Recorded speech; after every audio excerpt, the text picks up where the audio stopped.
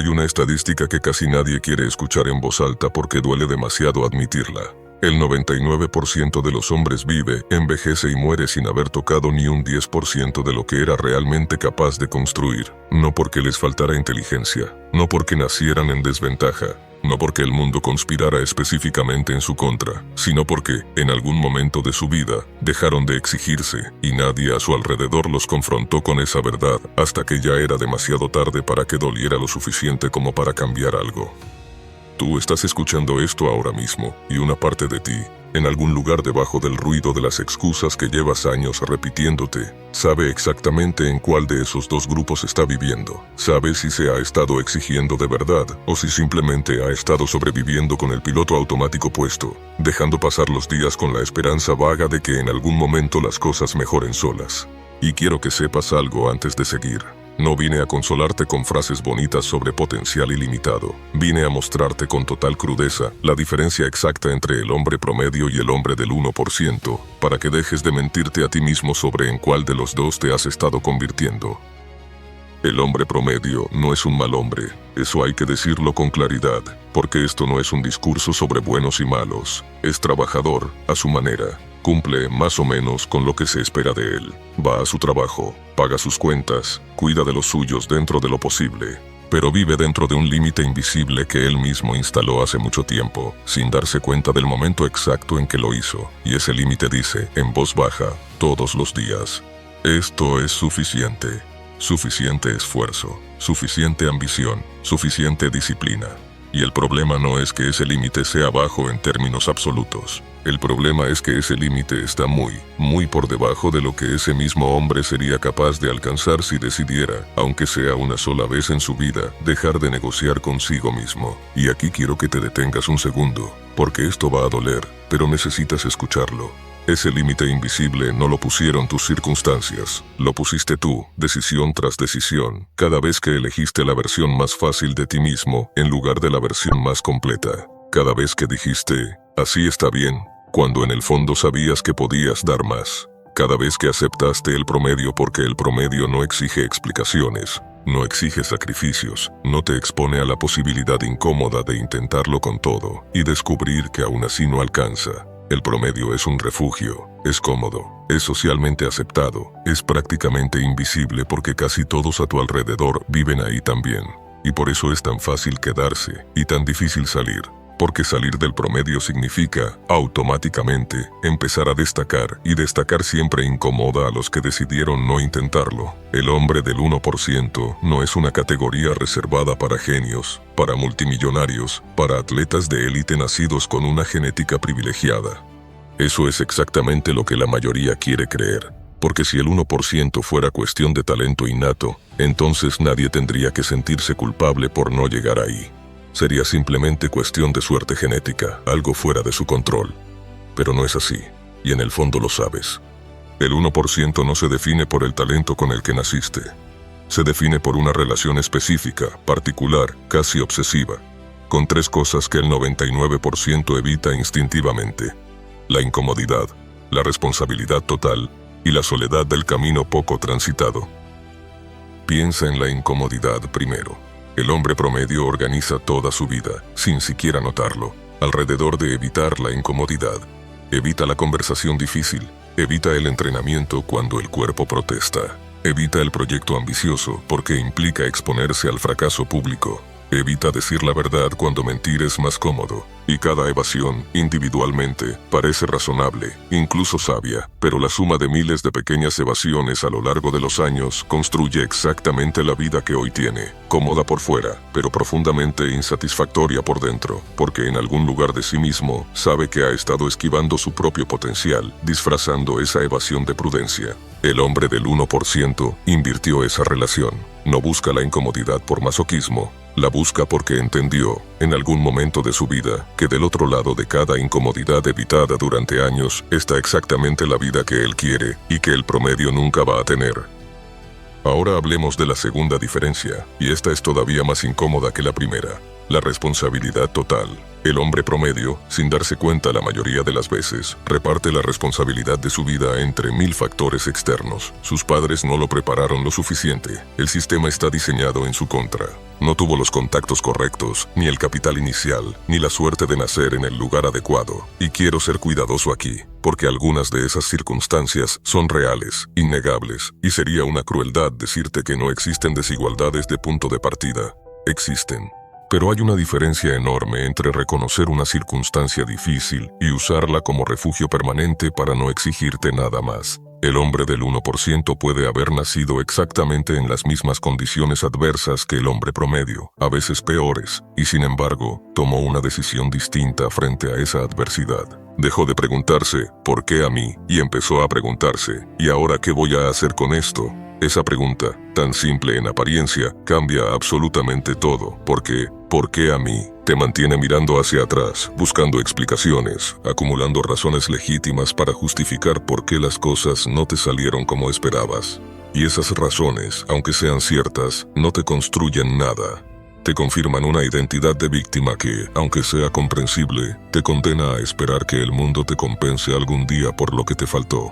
Esa compensación casi nunca llega. En cambio, ¿y ahora qué voy a hacer con esto? Te obliga a mirar hacia adelante, a tomar el control de la única variable que realmente puedes controlar. Tu respuesta. No puedes controlar dónde naciste. No puedes controlar quién te crió, ni las oportunidades que tuviste o no tuviste durante tu infancia.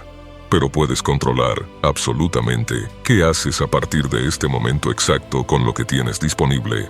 Y esa es la línea invisible que separa al 99% del 1%. No las circunstancias de partida, sino la relación que cada uno decide tener con esas circunstancias.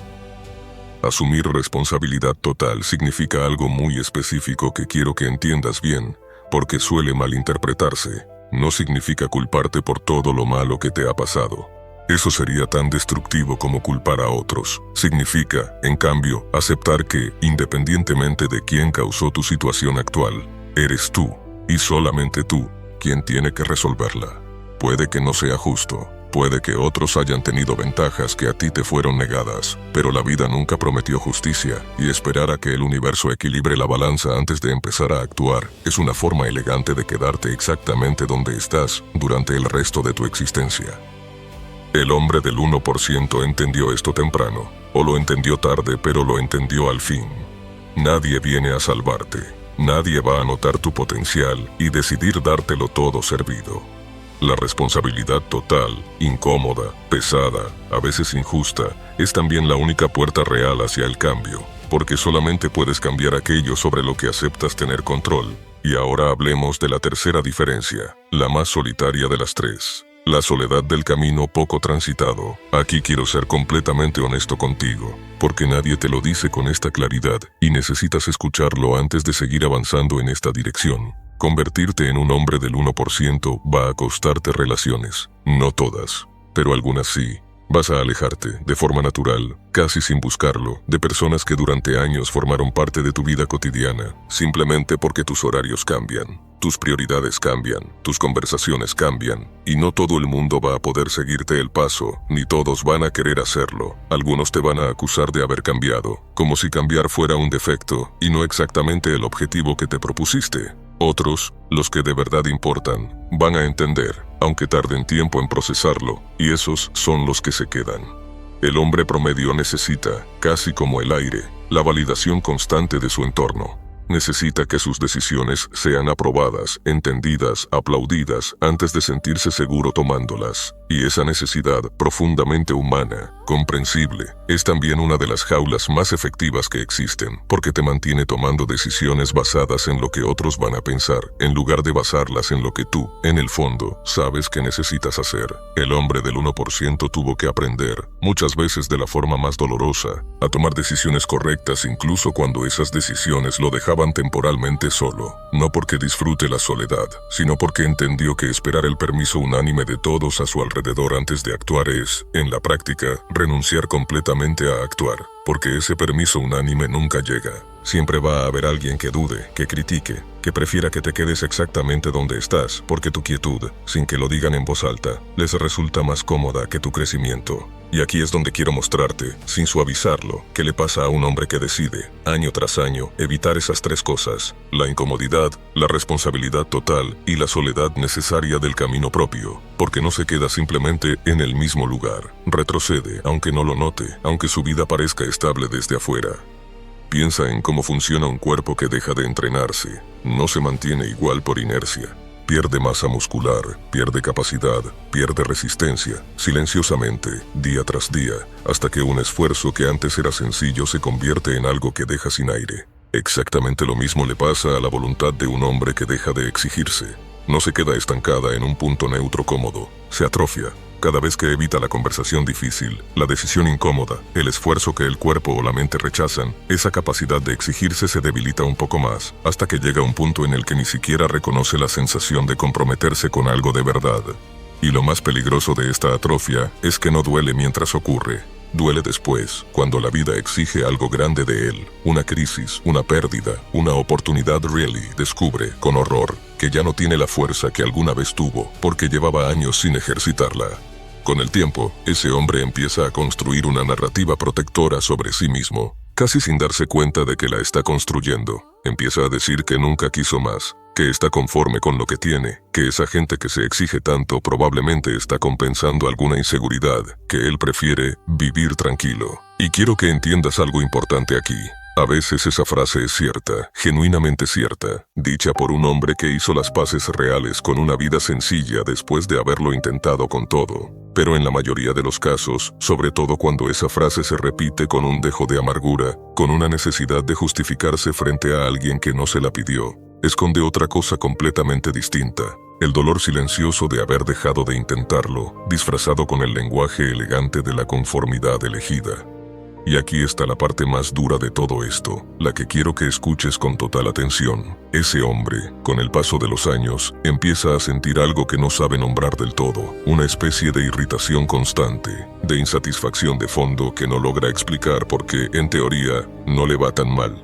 Tiene trabajo, tiene techo, tiene algunas cosas resueltas, pero por dentro carga con el peso silencioso de una vida vivida, muy por debajo de su capacidad real. Y ese peso, aunque no tenga nombre claro, se filtra en todo, en su paciencia, en su forma de tratar a quienes ama, en su energía general frente a la vida. Porque no hay forma de traicionar tu propio potencial durante años sin que ese hombre, tarde o temprano, pase la factura, aunque sea de forma indirecta, aunque él mismo no logre conectar los puntos entre su frustración cotidiana y las decisiones pequeñas que tomó, o dejó de tomar, durante años.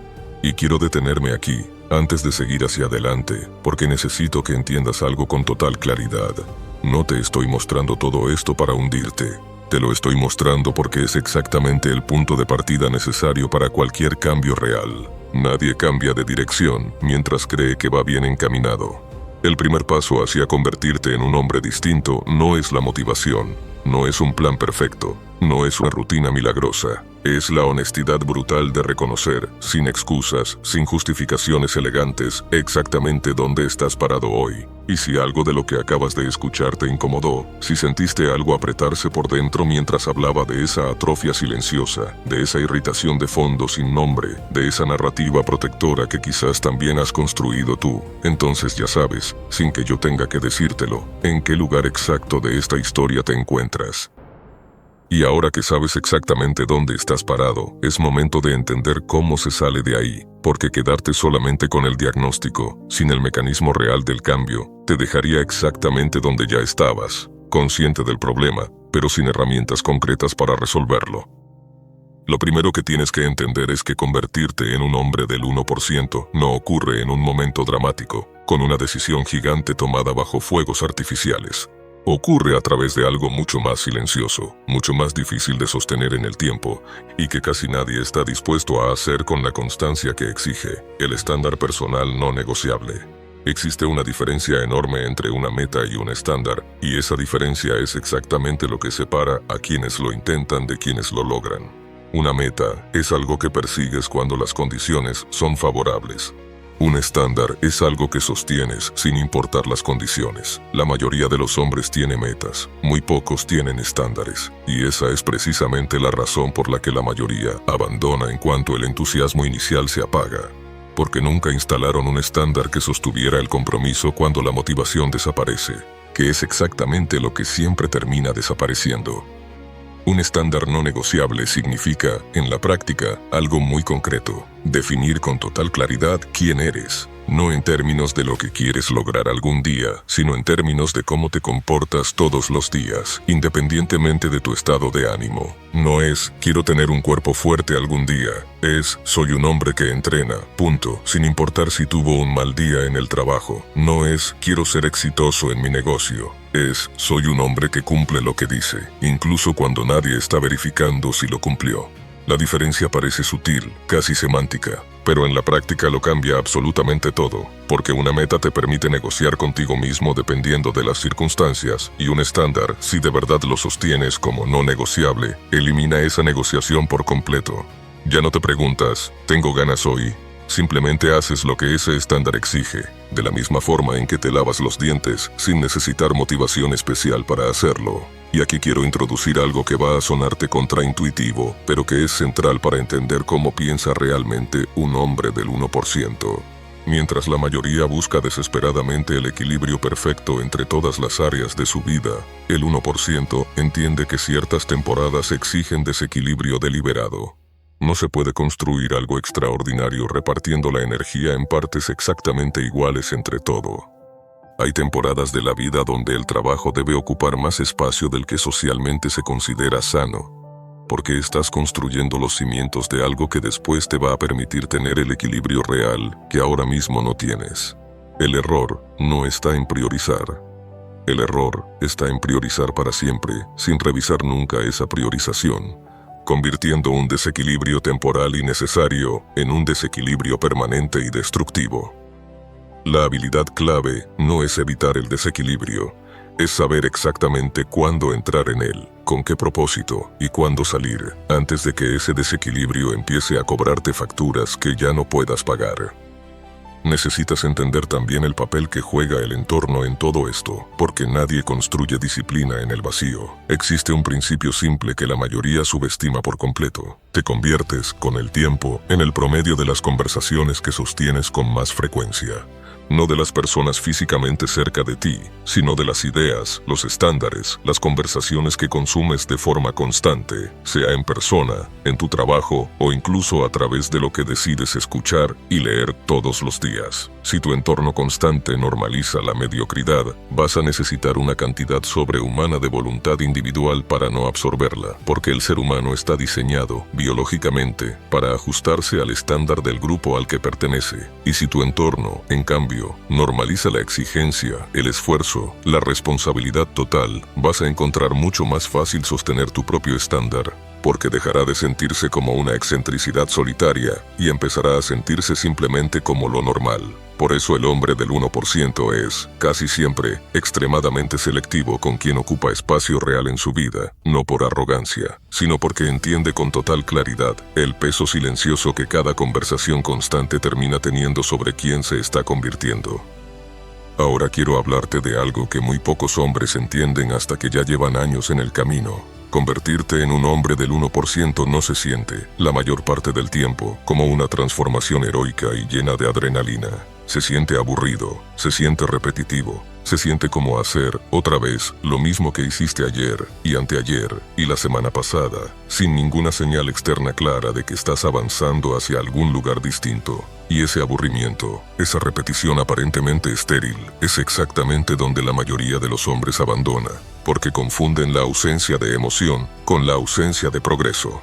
Necesitas hacer las paces con esto cuanto antes. La construcción de algo extraordinario no se parece en nada a como la imaginan las películas. No hay un momento único de epifanía que cambie todo de golpe. Hay miles de repeticiones silenciosas, invisibles, que un día, sin que puedas señalar exactamente cuándo, se convierten en una capacidad, una fuerza, una versión de ti mismo que el hombre que empezó este camino ni siquiera podría reconocer del todo. La paciencia con ese proceso, la tolerancia a ese aburrimiento productivo, es en sí misma una de las habilidades más raras y más valiosas que puedes desarrollar, precisamente porque va en contra de todo lo que tu cerebro, entrenado por años de estímulos inmediatos, quiere que hagas. Y aquí quiero hablarte de la disciplina como identidad, no como esfuerzo. Al principio de este camino, cada acción disciplinada cuesta un esfuerzo consciente enorme. Tienes que convencerte, negociar contigo mismo, empujarte activamente a hacer lo que tu estándar exige.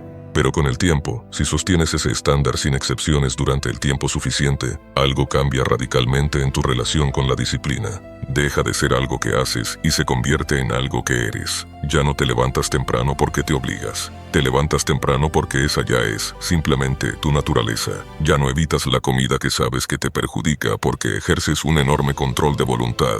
La evitas porque ya no encaja con quien decidiste ser.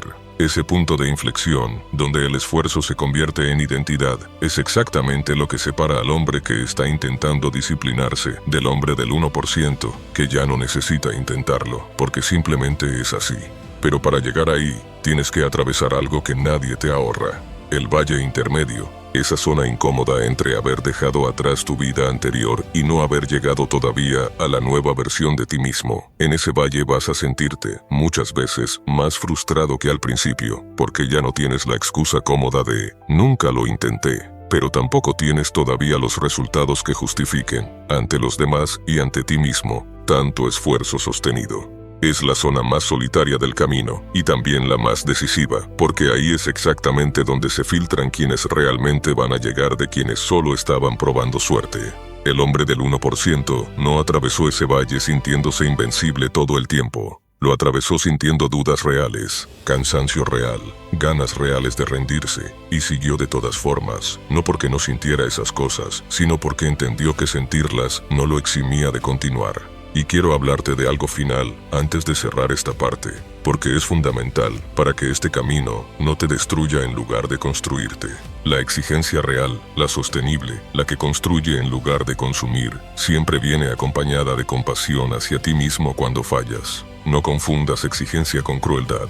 El hombre del 1% no se castiga con desprecio cada vez que se equivoca. Se levanta, corrige el rumbo y sigue, con la misma seriedad con la que un buen entrenador corrige a un atleta valioso, con firmeza, pero sin humillación. Porque la exigencia que se sostiene atacándote a ti mismo con dureza excesiva no dura. Se agota, igual que se agota cualquier relación basada en el maltrato constante, aunque ese maltrato venga de tu propia voz interna. La exigencia que perdura es la que combina un estándar altísimo con el respeto profundo hacia la persona que está intentando alcanzarlo. Esa combinación, exigencia y respeto propio al mismo tiempo, es la que sostiene a un hombre durante los años que hacen falta, no durante las semanas que dura el entusiasmo inicial. Y ahora, después de todo lo que hemos recorrido, quiero llevarte de vuelta al principio de este discurso, a esa pregunta que quizás intentaste esquivar la primera vez que la escuchaste: ¿en cuál de los dos grupos has estado viviendo? Porque ya no tienes la excusa de la ignorancia. Ya sabes exactamente qué separa al hombre promedio del hombre del 1%. Ya sabes que no es talento, no es suerte, no es una genética privilegiada reservada para unos pocos elegidos. Es la relación que decides tener todos los días con la incomodidad, con la responsabilidad total y con la soledad necesaria de sostener un estándar que la mayoría ni siquiera se atreve a intentar. Y quiero decirte algo con total honestidad antes de cerrar. No importa cuántos años lleves en el grupo equivocado. No importa cuántas veces hayas empezado y abandonado. No importa cuánta narrativa protectora hayas construido para justificar por qué tu vida se quedó exactamente donde está. Nada de eso es una sentencia definitiva. Es, simplemente, el punto exacto desde el que empiezas hoy, si decides empezar de verdad. El 1% no está formado por hombres que nunca fallaron, que nunca dudaron, que nunca sintieron la tentación de rendirse. Está formado por hombres que fallaron exactamente igual que tú, que dudaron exactamente igual que tú, y que en el momento decisivo, ese momento diminuto y silencioso que se repite todos los días, eligieron seguir de todas formas. Piensa en lo que significa realmente esa palabra, 1%. No significa superioridad sobre los demás. No significa desprecio hacia quienes decidieron un camino distinto. Significa, simplemente, que dejaste de vivir según el estándar promedio que la mayoría acepta sin cuestionarlo, y empezaste a vivir según el estándar más alto del que tú mismo eres capaz. Es una comparación contigo mismo, no contra otros. El verdadero enemigo nunca fueron los demás hombres compitiendo por el mismo espacio. El verdadero enemigo siempre fue esa versión tuya, que prefería quedarse cómoda, que prefería la excusa fácil, que prefería la vida predecible aunque supiera, en el fondo, que estaba desperdiciando algo mucho más grande. Hoy, en este momento exacto, tienes una oportunidad que no vas a tener siempre disponible de la misma forma. La oportunidad de decidir, con total claridad, qué estándar vas a sostener a partir de ahora, no mañana, no cuando las condiciones sean ideales. No cuando te sientas más motivado, ahora, con la vida exacta que tienes, con el cuerpo exacto que tienes, con el tiempo exacto que tienes disponible hoy. El hombre del 1% no esperó a que la vida le diera permiso para empezar a exigirse. Se dio ese permiso a sí mismo, en un momento tan ordinario como este, sin fuegos artificiales, sin testigos, sin ninguna garantía de que iba a funcionar. Y quiero que la última idea que te lleves de todo esto sea exactamente esta. Nadie va a notar el día exacto en que decidiste cambiar. No va a haber un aplauso, ni un titular, ni una señal externa que confirme que hoy fue diferente a ayer. El cambio real siempre empieza así, en silencio, sin que nadie más lo sepa, mucho antes de que los resultados se vuelvan visibles para el mundo. Así que la pregunta ya no es si tienes lo necesario para pertenecer a ese 1%. Eso ya lo sabes, en el fondo, desde siempre. La única pregunta que queda, la que solamente tú puedes responder, es si finalmente estás dispuesto a dejar de negociar contigo mismo y a convertirte, de una vez por todas, en el hombre que llevas años diciendo que quieres ser.